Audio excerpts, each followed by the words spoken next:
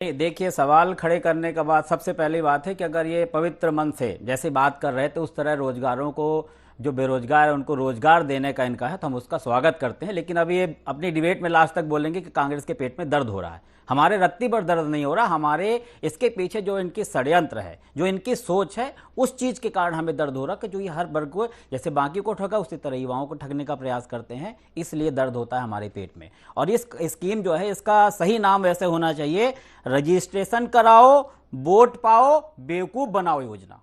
Actual में ये होगी साबित।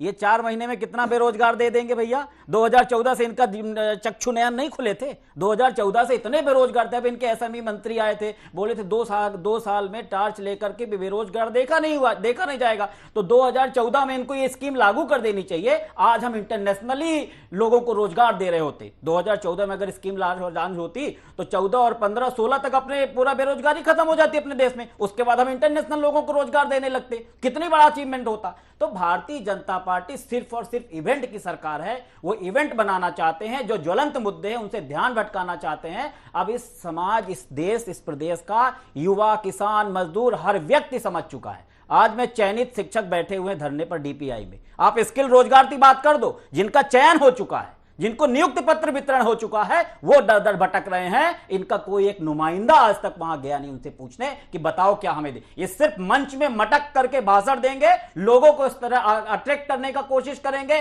मैं हूं, मेरे बीच में कोई नहीं आएगा, मामा है, ये लड़ेगा वो लड़ेगा। ताकि जैसे आदमी जब तक पिक्चर देखता है 3 घंटे की, तब तक एकदम जोश से भरा होता है, और जब बाहर आता है तब उसको हकीकत पता पड़ती है। तो इस तरह की पिक्चर दिखाने का काम इस देश और प्रदेश की जनता को कर रहे हैं। अगर इनमें हिम्मत है तो मैं कल गया था, अगर इस सही में सोचते हैं इस देश और प्रदेश की जनता के लिए, तो कल चले। वो कम से कम 500 लोग बैठे हुए हैं, उनको खाने पीने की तक की व्यवस्था नहीं है। जितना हम लोग से संभव हो सका हम किए। अगर दम है तो चले, हम दिखाते हैं। स्किल तो बाद में करना। जो खाली रोजगार पर, जो खाली पद पड़े हैं उसमें हम भर नहीं पा रहे हैं, और तमाशा मचे हुए कर्जा लेते जा रहे हैं। हर व्यक्ति के ऊपर 1 लाख करोड़ रुपए, 1 लाख रुपए का हर व्यक्ति के ऊपर कर्जा हो गया है। अब मतलब किस तरह की राजनीति, किस मोड़ में लाकर भारतीय जनता पार्टी सत्ता कितनी भूखी है कि किसी भी हद तक जा सकती है। लेकिन पवन पटेल साहब, आपकी जब सरकार आई थी, आपने भी कहा था कि हम बेरोजगारी भत्ता देंगे 4000 रुपए का।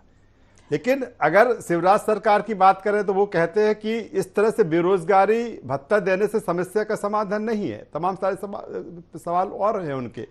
उन्होंने कहा कि अगर हम स्किल्ड कर रहे हैं, उनको हम ट्रेंड कर रहे हैं, और फिर कोई भी जब कंपनी लेगी तो अगर ट्रेंड युवा होगा जिसको जॉब की दरकार है, तो बेहतर तरीके से काम करेगा और एक अपॉर्चुनिटी उसके लिए बनेगी। कांग्रेस के जमाने में आईटीआई वगैरह इसी टाइप की स्कीमें थी। कांग्रेस भी यही चाहती है। हम पहले ही बोले कि अगर ये सचमुच करते, अगर 2014 में कर दिए होते तो हम स्वागत करते।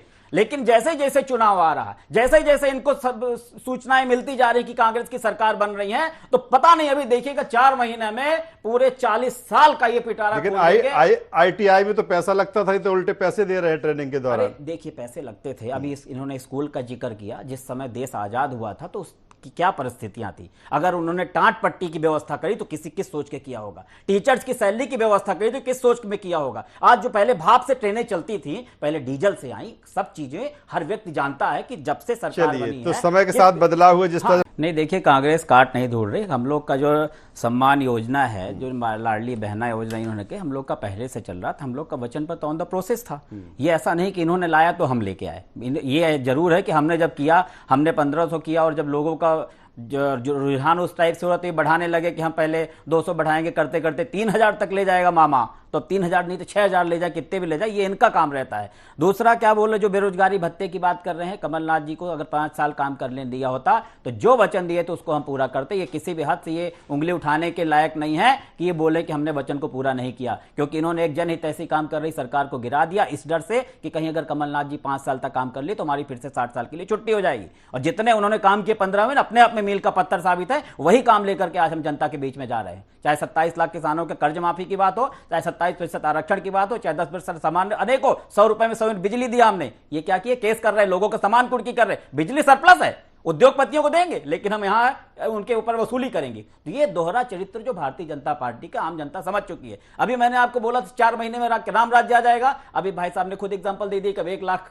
कितने नियुक्ति पत्र फिर से वितरण करने वाले हैं, अभी पिछले साल जिनको किया था उनका क्या हुआ पता नहीं। तो 4 साल में तो राम राज्य आ जाएगा, ये देख लीजिएगा। और हमें जो थोड़ा सा हमारे जहन में जो आ रहा, मुख्यमंत्री कौशल विकास योजना, ये सब योजनाएं शायद पहले चालू हो चुकी थी, एक आध बार चालू हुई थी, उनका कोई अता पता नहीं उनमें क्या हुआ। ये बस कहते हैं किसी भी स्कीम को उसका पैकेज चेंज करके लोगों को लुभावने का काम करते हैं। और भारतीय जनता पार्टी वही काम करती है कांग्रेस के लिए जो करती है। कांग्रेस ने पहले रोड बनाई, उसमें डामर कर पक्का करवाया, फिर डामर करा दिया। अब 5 साल में 10 साल में डामर हट जाएगी तो ये उसमें डामर पुतवा देंगे और शिवराज सिंह चौहान नरेंद्र मोदी जी का फोटो लगा देंगे और कहीं ये देखो रोड हमने बनाया। इस भारत का जवाब दीजिए सरवर पटेल साहब, वो कह रहे माल अंदर वही रहता है, आप ऊपर की क्या होती देकर क्या होता जब नहीं झांके तब इतना काम कर दिया।